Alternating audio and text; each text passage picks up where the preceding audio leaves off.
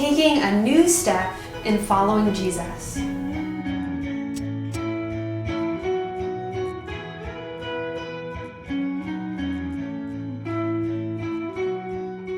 Have you ever witnessed a baby's first step? It's all so new for them, they're kind of wobbly and a little awkward and stiff and reckless and simultaneously very determined and also hesitant.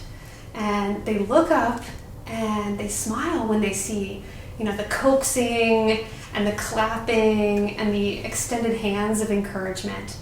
And suddenly it's like they become bold and they don't care if they're going to fall. They begin to trust the one whose hands are extended before them.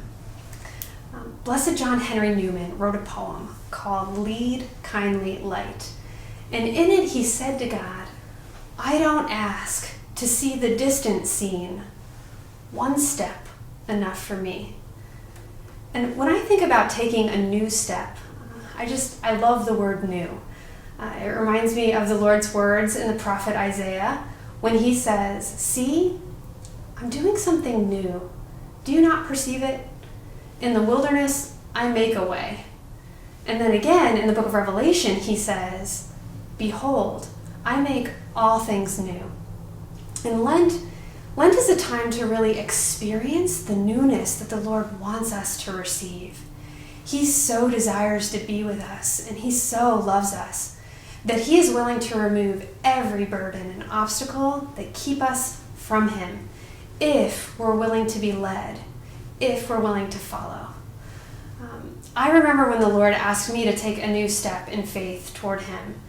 I was given a mission to move into the heart of Manhattan, into our convent where we serve pregnant women who live alongside us as our guests. And quite frankly, I was terrified. I'm not a nurse. I don't know a thing about labor and delivery, hospitals, none of it. And it really took me a little while to realize that these beautiful and courageous women didn't need me to be a nurse. They really needed me to be their sister. And they needed me to stay up late laughing and talking after a long day at work or school. They needed me to go with them to their appointments or go shopping or help them get their room ready to receive their baby. And I think about how the Lord knew that all along.